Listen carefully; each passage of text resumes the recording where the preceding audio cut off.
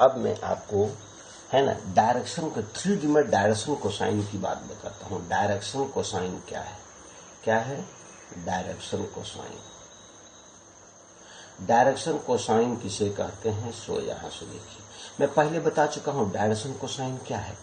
Direction cosine of A line joining 2 points. Direction cosine of A line joining 2 points, joining 2 points, 2 points को join करने पर direction cosine कैसे निकालते हैं? पहले देखिए, हमने बताया है 3D ये वेक्टर में भी हमने बताया है। वेक्टर में क्या बताए हैं? डायरेक्शन कोसाइन किसे कहते हैं। वेक्टर में भी डायरेक्शन कोसाइन की मैं चर्चा किया हूं कि डायरेक्शन कोसाइन क्या है।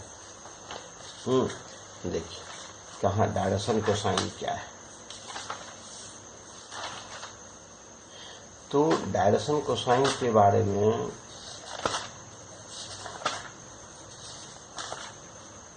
डायरेक्शन कोसाइन देखिए, डायरेक्शन कोसाइन कहता क्या है कि अगर कोई लाइन से ओपी लाइन है, वह एक्स एक्सिस के साथ कितना एंगल बनाती है, वाई के साथ कितना एंगल बनाती है और जेड से साथ कितना एंगल बनाती है, उस एंगल के कॉस को ओपी लाइन का डायरेक्शन कोसाइन कहते हैं। कहता है if a vector OP makes an angle alpha beta gamma with positive direction of X axis, Y axis and Z axis, then cos alpha, cos beta, cos gamma are called direction cosine. हम निकालते कैसे हैं direction cosine किसी line का? तो पहले उसका हम वेक्टर नोटेशन ले लेते हैं, वेक्टर काम कर लेंगे और उस वेक्टर को हम लोग क्या यूनिट वेक्टर बना देते हैं। क्या बना देते हैं? Unit vector. और तब आई जे के का जो कोफिशिएंट होता है वह उस लाइन का डायरेक्शन कोसाइन कहा जाता है। जैसे यहां से देखो ओपी वेक्टर ले लिए, पी पॉइंट का कोऑर्डिनेट है x by Z, P point का कोऑर्डिनेट एक्स बाई जेड, तो ओपी वेक्टर हो गया एक्स आई प्लस वाई जे प्लस जेड के, इसको मान लिया हमने आर। इसकी मैग्नीट्यूड को हमने मान लिया आर, तो जी x square plus y square z square हो गया। तब इसके क्या लिखते हैं हम? L cos alpha. यहां से हम क्या करें? इसका ओपी यूनिट वेक्टर हम निकालते हैं, ओपी बाय ओपी मैग्नीट्यूड, है ना, यानी एक्स बाय आर हो जाएगा। देखो एक्स बाय आर। ऐसे भी यहां चलेंगे, कॉस अल्फा का वैल्यू क्या होगा? देखो ये डिस्टेंस एक्स हो गया, ये आर है, तो बेस बाय हाइपोटेन्यूस यानी X by mod R. Y इधर आएंगे तो cos beta by Y by R. उसी प्रकार से जेड पर आएंगे तो क्या होगा? Z by mod R. यानी तो X by mod R, Y by mod R, Z by mod R को हम लोग क्या होते हैं? एल एम एन से रिप्रेजेंट करते हैं और इसी को हम लोग डायरेक्शन कोसाइन कहते हैं।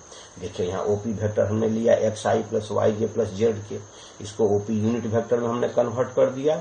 यूपी यूनिट कन्वर्ट करने के बाद देखिए ओपी यूनिट वेक्टर क्या है? X by mod R, Y by mod R, Z by mod R, L M N कहला गया। दीज आर द इम्पोर्टेंट चीज। और सब प्रॉपर्टीज के क्या होते हैं? सबसे इंपॉर्टेंट इसके प्रॉपर्टी होते हैं एल स्क्वायर पर एम स्क्वायर पर एन स्क्वायर बराबर 1 होता है। इस चीज को हमेशा ख्याल रखेंगे, इतने को ख्याल रखना है ना, किस प्रकार से हम वैल्यू मालूम करते हैं। वैसे हम यहाँ पर भी बना दिए हैं कि 2 पॉइंट को मिलाने वाली स्ट्रेट लाइन का किस प्रकार से हम, है ना, 2 पॉइंट में किस प्रकार से ये डायरेक्शन कोसाइन मालूम कर। देखिए ए बी वेक्टर है, ए और बी पॉइंट है, तो ए बी वेक्टर से हम यहाँ से काम कर लिए, ए बी का मैग्नीट्यूड निकाल लिए और ए बी का यूनिट वेक्टर निकाल लिए। तो देखिए दिस बाय दिस यानी L x2 minus x1 by R, y2 minus y1 by R, N बराबर z2 minus z1 by R. This is यहाँ आर क्या है? ए बी की मैग्नीट्यूड है और मैग्नीट्यूड इस प्रकार से हम मालूम कर लेते हैं। यानी हमने इस चीज को क्या किया है? डिक्टेट कर दिया है कि 2 पॉइंट को मिलाने वाली स्ट्रेट लाइन का डायरेक्शन कोसाइन क्या होता है और एक और किसी पॉइंट का भी डायरेक्शन कोसाइन क्या होता है। हमने इस चीज को as much as possible vector पढ़ाते वक्त मैंने आपको डिक्टेट कर दिया है। यहाँ पर सिंपली हम फॉर्मूला केवल लिख देते हैं। जैसे है ना, मान लीजिए यह मेरा ए पॉइंट है, मान लीजिए ए पॉइंट क्या है? x1, y1 और z1 है। दूसरा मान लीजिए सपोज दैट मान लीजिए कोई पॉइंट बी है, अगर इसका कोऑर्डिनेट है x2, y2 और z2 है, तब ऐसी अवस्था में ए बी वेक्टर आप लिखिए, वेक्टर के सेंस में लिखिए, आपको आसान हो जाएगा। ए बी वेक्टर क्या हो जाएंगे, है ना, x2 minus x1 into I, है ना, I plus y2 minus y1 into J, y1 into J plus z2 minus z1 into K. यह आपके क्या आ गए? वेक्टर नोटेशन में आपके पास आ गए। अब ए बी की मैग्नीट्यूड इसी प्रकार से मालूम कीजिए। हमने आपको पहले बताया है, मान लेते हैं ए बी की मैग्नीट्यूड सपोज दैट क्या है?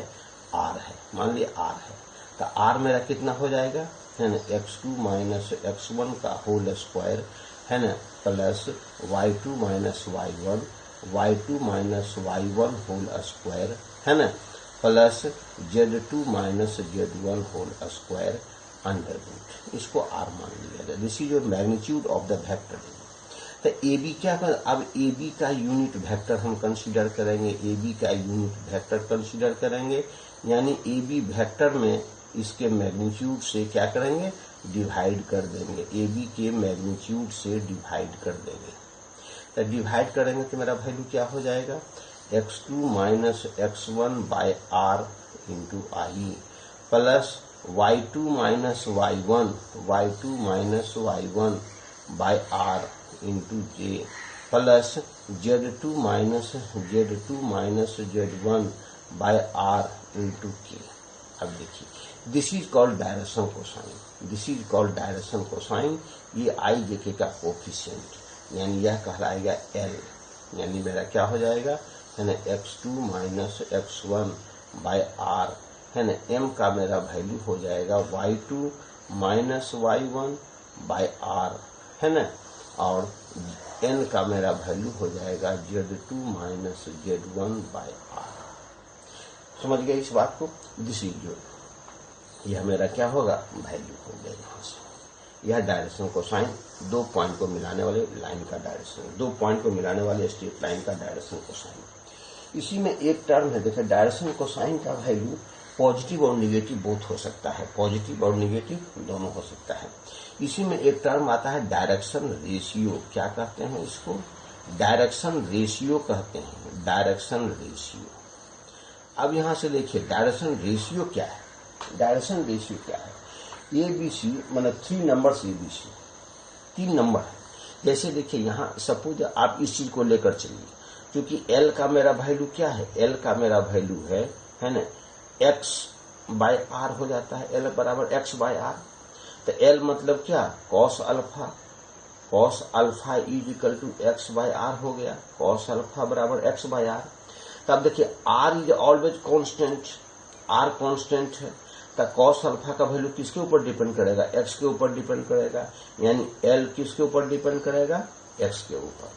अगर मान लिया जाए यानी L is directly proportional to X, similarly है ना, ठीक इसी तरह से सिमिलरली है ना, similarly M is directly proportional to Y and N is directly proportional to Z. अगर आप कंसीडर करते हो suppose that A B C है ना, तो एल देखो एक्स के प्रोपोर्शनल होगा। अब अगर हम कंसीडर करें, if we consider if A B C are 3 numbers, 3 number अगर हम इस तरह से लेते हो, इफ ए बी सी है ना आर 3 नंबर्स, आर 3 नंबर्स है ना, are 3 numbers such that 3 numbers, ये भी नंबर्स है ना, प्रोपोर्शनल टू एलिमेंट, देखिए प्रोपोर्शनल टू किसके, प्रोपोर्शनल टू एल एम और एन के प्रोपोर्शनल होता है, then A B C are called direction ratio, then A B C are called direction ratio, then A B C है ना are called direction ratio कहते हैं इसको, क्या कहते हैं इसको, डायरेक्शन रेशियो कहते हैं इसको। देखिए यहाँ प्रोपोर्शनल है कि नहीं, डायरेक्शन रेशियो कहते हैं, यानी कि एल प्रोपोर्शनल टू ए के, एम प्रोपोर्शनल टू बी के और एन प्रोपोर्शनल टू सी के, है ना। यानी तीनों को अगर हम मिला देंगे तो क्या लिखेंगे, एल बाय ए बराबर एम बाय बी बराबर एन बाय सी होगा, है ना। इस चीज को आप नोट कीजिएगा। तो देखो एल का मेरा वैल्यू क्या होगा, एल का वैल्यू किस प्रकार से हम मालूम करते हैं, मान लेते हैं let this is equal to lambda, तो एल बराबर क्या हो जाएगा, ए लैम्डा L बराबर A लैम्डा, M बराबर हो जाएगा कितना B लैम्डा और N बराबर हो जाएगा C लैम्डा। तब चूंकि आपको L M N का एक रिलेशन है L square plus M square plus N square बराबर क्या 1। इसका वैल्यू तो A square lambda, lambda square अगर आप कॉमन निकाल लेंगे मेरे पास वैल्यू बचेगा है ना A square plus B square और प्लस C स्क्वायर बराबर क्या 1। यानी कि लैम्डा के वैल्यू आपको आ जाएंगे प्लस माइनस है ना 1 बाय अंडर रूट क्या A स्क्वायर है ना plus B square plus C square. This is your value of lambda. अब लैम्डा का वैल्यू जब हम पुट कर देंगे तो इसलिए L बराबर क्या हो जाएगा, L बराबर हो जाएगा A बाय है ना अंडर रूट है ना A square plus B square plus C square. L का वैल्यू हो गया। M का वैल्यू हमारे पास हो जाएगा M बराबर हो जाएगा B बाय है ना under root B by under root A square plus B square है ना प्लस C स्क्वायर। और N बराबर हो जाएगा इसी प्रकार से N बराबर C बाय अंडर रूट है ना A square plus B square A square plus B square plus C square. यहाँ से इसके वैल्यू हो जाएंगे। यानी यह मेरा निकला कि अगर डायरेक्शन रेशियो अगर मेरा दिया हुआ है तो डायरेक्शन कोसाइन हम इस फॉर्मूला से आप निकाल सकते हैं। डायरेक्शन कोसाइन के वैल्यू को आप निकाल सकते हैं यहाँ से किससे है ना, अगर रेशियो मेरा दिया हुआ है तब दी मे बी क्या पॉजिटिव और नेगेटिव। यानी यह प्लस चूंकि यहाँ प्लस माइनस है तो यहाँ भी आप प्लस माइनस दोनों कंसीडर कर सकते हैं, दोनों कंसीडर कर सकते हैं। यहाँ भी क्या दोनों कंसीडर कर सकते हैं। समझ रहे हैं ना, क्योंकि प्लस माइनस दोनों होता है। देखिए डायरेक्शन कोसाइन क्या है, यूनिक होता है। डायरेक्शन रेशियो एक यूनिक नहीं होता है। देखो direction cosine is a unique number, यहाँ लिख देते हैं direction cosine is a unique है ना, डायरेक्शन कोसाइन इज यूनिक, यह यूनिक होता है ना। माने किसी लाइन का एक ही डायरेक्शन कोसाइन हो गया unique, but direction ratio is not. But direction ratio is not. Direction ratio जो होता है वह ऐसी स्थिति नहीं होती है। यह क्या है, it is a number, direction ratio is not. यह नहीं होता है, direction ratio is not. Direction ratio नहीं होता है। डायरेक्शन रेशियो डायरेक्शन रेशियो में है ना, कभी भी डायरेक्शन रेशियो जो होगा एक डायरेक्शन रेशियो जो यूनिक नंबर होता है ना। डायरेक्शन रेशियो जो फर्स्ट केस में यहां से लेते हैं, सेकंड लेते हैं है ना। डायरेक्शन रेशियो डायरेक्शन कोसाइन बनेगा कब, डायरेक्शन कोसाइन में हमेशा एक फॉर्मूला होता है क्या, L square plus M square plus 1 plus N square बराबर 1 जो होता है।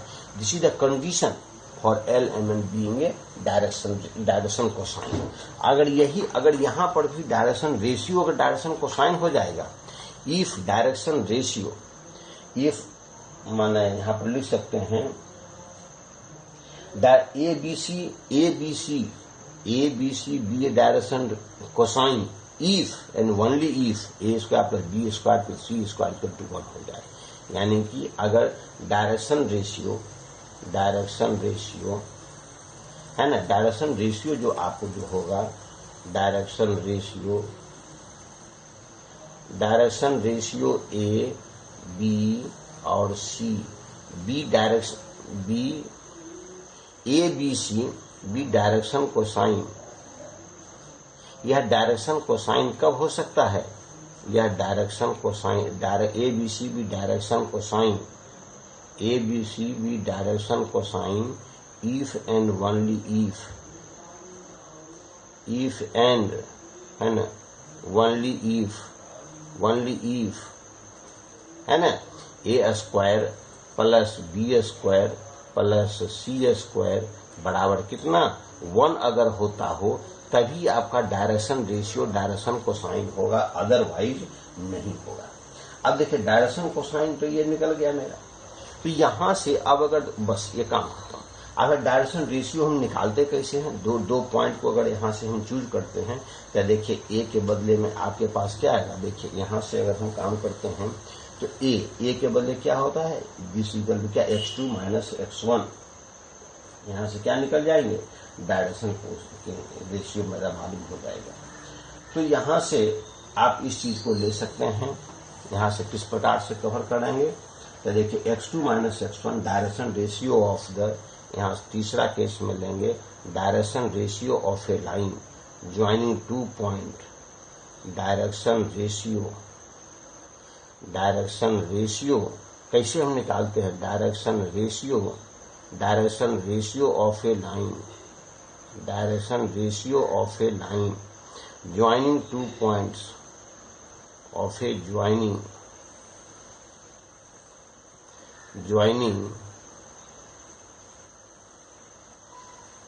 Direction ratio of A line joining 2 points, 2 points को ज्वाइन करने पर डायरेक्शन रेशियो मेरा क्या है, 2 पॉइंट्स है ना, x1 y1 z1 and x1 y1 z1 and x2 y2 और z2, ये दोनों पॉइंट को मिलाने पर जो स्ट्रेट लाइन, जो डायरेक्शन रेशियो क्या हो जाएगा, ए का मेरा वैल्यू हो जाएगा x2 माइनस x1, बी का मेरा वैल्यू हो जाएगा y2 है ना माइनस y1, और सी का मेरा वैल्यू हो जाएगा z2 माइनस z1, यह मेरे क्या हो जाएंगे, इसके वैल्यू हो जाएंगे, किसके वैल्यू होंगे, मैं 2 पॉइंट को मिलाने पर डायरेक्शन रेशियो किस प्रकार से हम मालूम कर सकते हैं, बात समझ गए ना।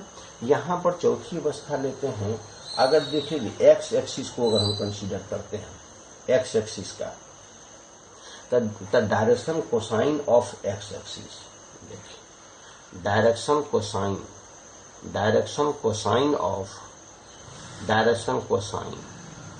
है ना, निकालते हैं किसका, ऑफ एक्स एक्सिस का डायरेक्शन कोसाइन क्या होता है, देखो एक्स एक्सिस जो होता है वह एक्स एक्सिस से कितना 0 डिग्री एंगल बनाता है, तो वाई एक्सिस यानी cos alpha, cos beta, cos gamma, तो कॉस एक्स एक्सिस से 0 डिग्री एंगल बनाता है, तो कॉस 0 का वैल्यू हो गया 1, और वाई एक्सिस से बनाता, एक्स एक्सिस क्या बनाता है, वाई एक्सिस से 90 डिग्री का एंगल, तो कॉस 90 बराबर 0, जेड एक्सिस से भी 90 बनाता है तो 1 0, समझ गया।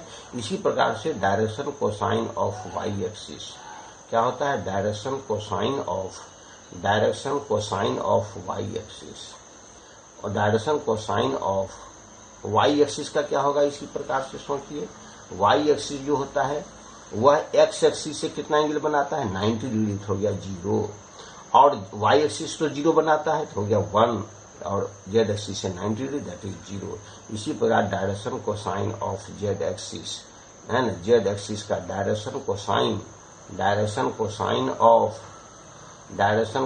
ऑफ जेड एक्सिस क्या होगा, एक्स एक्सिस से बनाएगा 90 डिग्री तो हो जाएगा 0, कॉस 90 0, वाई एक्सिस से 90 डिग्री तो 0, और जेड एक्सिस से 0 डिग्री यानी 1, यानी 0 0 1। इस प्रकार से तीनों एक्सिस का ये डायरेक्शन कोसाइन होता है। अब एंगल बिटवीन 2 लाइंस, यहाँ देखिए क्या करेंगे, एंगल बिटवीन 2 लाइंस है ना, हमको निकालना, 2 लाइन के बीच एंगल कितना, एंगल बिटवीन 2 लाइंस, 2 लाइन के बीच एंगल क्या होता है, 2 लाइन के बीच एंगल क्या होता है, अभी यहां से देखिए 2 लाइन के बीच एंगल क्या होता है। मान लेते हैं सपोज दैट 2 लाइन आपके पास में लीजिए 2 लाइन है, सपोज दैट एक लाइन ये है, दूसरा लाइन मान लिया जाए आपका ये है, मान लेते हैं यह सपोज दैट ये लाइन क्या है, L1x अल्फा वेक्टर, मान लेते हैं ये सपोज दैट अल्फा, मान लेते हैं अल्फा वेक्टर मान लेते हैं क्या, L1i है ना प्लस M1j प्लस क्या N1k, यह मान लेते हैं बीटा वेक्टर, यह सपोज मान लेते हैं क्या है, बीटा वेक्टर, यह बीटा वेक्टर मान लेते हैं क्या है ना, L2i प्लस M2j है ना प्लस N2k, यह लेते हैं। अब अगर दोनों के बीच का एंगल मान लिया, या दोनों के बीच का एंगल अगर मैंने सपोज दैट हमको मालूम करना हो, या मान लेते एंगल है थीटा, अगर थीटा एंगल है तो कॉस थीटा बराबर क्या होता है, तो देखो कॉस थीटा बराबर क्या होता है, कॉस थीटा बराबर क्या हो जाएगा, है ना, alpha vector dot beta vector, dot product से हम काम करेंगे, divided by magnitude of alpha, divided by magnitude of alpha और मैग्नीट्यूड ऑफ बीटा। तो देखिए dot product magnitude of beta, है ना, तो आप देखो डॉट प्रोडक्ट करेंगे तो मेरे पास कितने हो जाएंगे यहां से, तो देखो इसके अगर मैग्नीट्यूड को भी अगर लिखें तो अल्फा की मैग्नीट्यूड कितनी होती है, क्योंकि अल्फा हमेशा क्या है, एक यूनिट वेक्टर के रूप में काम करेगा। अल्फा वेक्टर अगर इस प्रकार मैग्नीट्यूड निकालेंगे तो क्या हो जाएगा, L1 square plus M1 square और प्लस N1 स्क्वायर का अंडर रूट, इसका तो वैल्यू हमेशा 1 होता है ना, तो दिस इक्वल टू क्या 1। ठीक इसी प्रकार से बीटा की मैग्नीट्यूड अगर हम मालूम करते हैं, बीटा वेक्टर की मैग्नीट्यूड यूनिट वेक्टर है, यह हो जाएगा हमेशा L2 square plus M2 square, है ना, और plus N2 square plus N2 square का अंडर रूट। इसके भी वैल्यू कितने हो जाएंगे, हमेशा 1 होंगे। अब यहाँ से डॉट प्रोडक्ट हम यहाँ अप्लाई करेंगे तो मेरे वैल्यू हो जाएंगे कॉस थीटा बराबर क्या हो जाएगा, यानी L1 L2 प्लस, है ना, M1 M2 plus M1 M2 और प्लस N1 M2 हो जाएगा। दिस इज योर क्या, angle between two straight line. जब यह इन दोनों लाइन इस फॉर्म में होता अब लाइन्स आर परपेंडिकुलर, यहां से कंडीशन लेंगे, है ना, थीटा इज इक्वल टू क्या, theta is equal to 90 degree, तो कॉस 90 बराबर क्या हो जाएगा, कॉस 90 बराबर 0, यानी कि imply that L1 L2 plus, है ना, M1 M2 plus N1 N2 बराबर क्या हो जाएगा 0। इसीलिए क्या, कंडीशन फॉर परपेंडिकुलर, यह क्या है, दो लाइन आपस में परपेंडिकुलर होता है, कंडीशन फॉर परपेंडिकुलर, यह परपेंडिकुलर का कंडीशन हो जाता है। इसी तरह से होगा टू लाइन्स आर क्या, अब हम इसके दोनों से हम साइन थीटा का वैल्यू मालूम करते हैं, तो साइन थीटा बराबर जो कुछ मेरा वैल्यू आता हो, थोड़ा सा लंबा चौड़ा एक्सप्रेशन हो जाता है इसमें, तो अगर थीटा इज इक्वल टू क्या 0 डिग्री हो जाए, थीटा 0 हो जाए तो ऐसी अवस्था में होता है ना, L1 बाय L2 बराबर होता है M1 बाय M2 बराबर होता है N1 by N2। This is your क्या, कंडीशन फॉर पैरेलल। यह क्या होता है, condition for parallel, condition for parallel, यह पैरेलल का कंडीशन होता है ना, यह पैरेलल का कंडीशन यहाँ से होता है। उसके बाद आप यहाँ से लिखिएगा, है ना, आप यहाँ से लिखिए क्या करते हैं इसमें parallel condition in case of direction, ये तो हुआ क्या डायरेक्शन कोसाइन के सेंस में। अगर हम डायरेक्शन रेशियो के सेंस में निकालते हैं, है ना, डायरेक्शन रेशियो के सेंस में अगर मालूम करते हैं तो क्या होता है ना, यानी angle between two straight lines. यहाँ भी देखिए, अब चूंकि लेट करते हैं, लेट, है ना, A1, है ना, B1 C1 and A2 B2 C2 and A2 B2 और C2, है ना, बी डायरेक्शन रेशियो को हमको DR भी लिखते हैं, direction ratio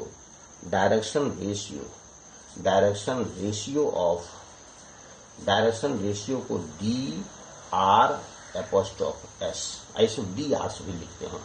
A1 B1 C1 A2 B2 C2 भी direction ratio of two lines, दो लाइन का डायरेक्शन रेशियो होता हो, है ना। तब एंगल बिटवीन क्या किस प्रकार मालूम करते हैं, तब देखिए, है ना, वेक्टर अल्फा कितना हो जाएगा, वेक्टर अल्फा यहाँ से जो मालूम करेंगे, यानी L1 समझिए, तो इसका अगर L1 निकालेंगे तो L1 कितना हो जाएंगे, L1 हो जाएगा A1 बाय अंडर रूट, है ना, A1 square plus B1 square plus C1 square. इसी प्रकार से m1 का मेरा वैल्यू हो जाएगा, m1 बराबर हो जाएगा b1 बाय अंडर रूट, है ना, a1 square plus b1 square plus c1 square हो जाएगा, c1 स्क्वायर। इसी प्रकार से n1 का वैल्यू हो जाएगा, n1 बराबर हो जाएगा c1 बाय अंडर रूट, है ना, a1 square plus b1 square plus c1 square हो गया। इसी तरह से, है ना, L1 M1 N1 हो गया, A2 B2 C2 का डायरेक्शन रेशियो है, तो लिखेंगे क्या, L2 बराबर हो जाएगा, L2 बराबर हो जाएगा A2 बाय अंडर रूट, है ना, A2 by under root A1 square plus B1 square plus A2 square plus B2 square plus C2 square. उसी तरह से m का मेरा वैल्यू हो जाएगा, m बराबर हो जाएगा B2 bye under root A2 square, क्या होगा, A2 square plus B2 square, क्या होगा, A2 स्क्वायर प्लस, है ना, B2 square, A2 square plus B2 square, A2 square plus B2 square plus C2 square हो जाएगा। उसी तरह से n बराबर n2 m2 ये हो गया, n2 मेरे पास हो जाएंगे क्या, C2 बाय अंडर रूट, है ना, A2 square plus B2 square plus C2 square मेरे पास हो जाएंगे, C2 स्क्वायर। अब इस चीज को अगर हम यहाँ cos थीटा में पुट करते हैं, तो इसलिए cos थीटा का मेरा वैल्यू क्या होता है, cos थीटा बराबर हो जाएगा A1 B1 A1 A2 plus, है ना, B1 B2 plus B1 B2 plus C1 C2 divided by under root, है ना, A1 स्क्वायर, क्या हो जाए, A1 square plus B1 square, है ना, plus C1 square under root, है ना, क्या हो जाएगा, A2 square plus B2 square plus C2 square. यहाँ देखो ये क्या निकल गया, जब डायरेक्शन रेशियो मेरा मालूम हो तब दोनों लाइन के बीच का एंगल ये होता है। यहाँ पर भी अप्लाई करेंगे, theta is equal to 90 degree, theta equal to 90 degree हो तो यहाँ भी देखो मेरा वैल्यू क्या हो जाएगा, cos 90 बराबर हो गया 0। यह 0 होगा कब, देखो ऊपर का टर्म 0 इम्प्लाई दैट, है ना, क्या होता है, A1 A2 plus B1 B2 है ना, प्लस C1 C2 बराबर हो गया आपको 0। इस प्रकार से आप क्या काम करते हैं, A1 B2, है ना, यहाँ पर भी थीटा इज इक्वल टू अगर 0 डिग्री होता हो, यानी parallel, this is the condition for क्या, परपेंडिकुलर। यहाँ होता है कंडीशन फॉर परपेंडिकुलर, क्या होता है, कंडीशन फॉर परपेंडिकुलर, यह परपेंडिकुलर के कंडीशन होते हैं। थीटा इक्वल टू यहाँ भी उसी प्रकार से होगा, A1 बाय A2 बराबर B1 बाय B2 बराबर C1 by C2, this is your क्या, कंडीशन फॉर पैरेलल। यह निकल गया क्या, कंडीशन फॉर पैरेलल। कंडीशन में दो स्ट्रेट लाइन पैरेलल होता हो, इसके लिए मेरे ये कंडीशन हो गया, कंडीशन फॉर पैरेलल। यानी कि इस प्रकार से आप पैरेलल परपेंडिकुलर एंगल आप इसको निकाल सकते हैं, है ना। आप देखिए, इतने के बाद अब एक और थ्योरी समझ जाते हैं, इसके प्रॉब्लम भी आप इसके बाद तो बहुत सारे प्रॉब्लम आपको बन जाएंगे, है ना। एंगल, दो स्ट्रेट लाइन के बीच एंगल क्या होता है, डायरेक्शन कोसाइन क्या होता है, हमको याद रखना है। डायरेक्शन कोसाइन के बीच में आपस के रिलेशन क्या होते हैं, इसे याद रखने हैं। डायरेक्शन रेशियो क्या होता है, डायरेक्शन रेशियो अगर दिया हुआ है तो डायरेक्शन कोसाइन हम कैसे मालूम करेंगे, डायरेक्शन रेशियो दिया हुआ तो डायरेक्शन कोसाइन कैसे मालूम करेंगे। डायरेक्शन रेशियो और डायरेक्शन कोसाइन में क्या डिफरेंस होता है, ध्यान रखिएगा कि हमने बताया कि डायरेक्शन कोसाइन एक यूनिक नंबर होता है, डायरेक्शन रेशियो एक यूनिक नंबर नहीं होता है। और डायरेक्शन रेशियो अगर डायरेक्शन कोसाइन हो जाए, इसका मतलब कि A square plus B square plus C square equal to 1, यानी कि जब A L square plus M square plus N square equal to 1 होगा तभी एलिमेंट डायरेक्शन कोसाइन कहलाएगा, अदरवाइज नहीं है। ध्यान रखना, ये very very important problem. Element क्या है मैं आपको पहले बता चुका हूं, है ना, यानी डायरेक्शन रेशियो है ये डायरेक्शन कोसाइन है। डायरेक्शन कोसाइन हम किसे कहते हैं, समझ गए इस बात को। इतना के बाद अगले काम करेंगे।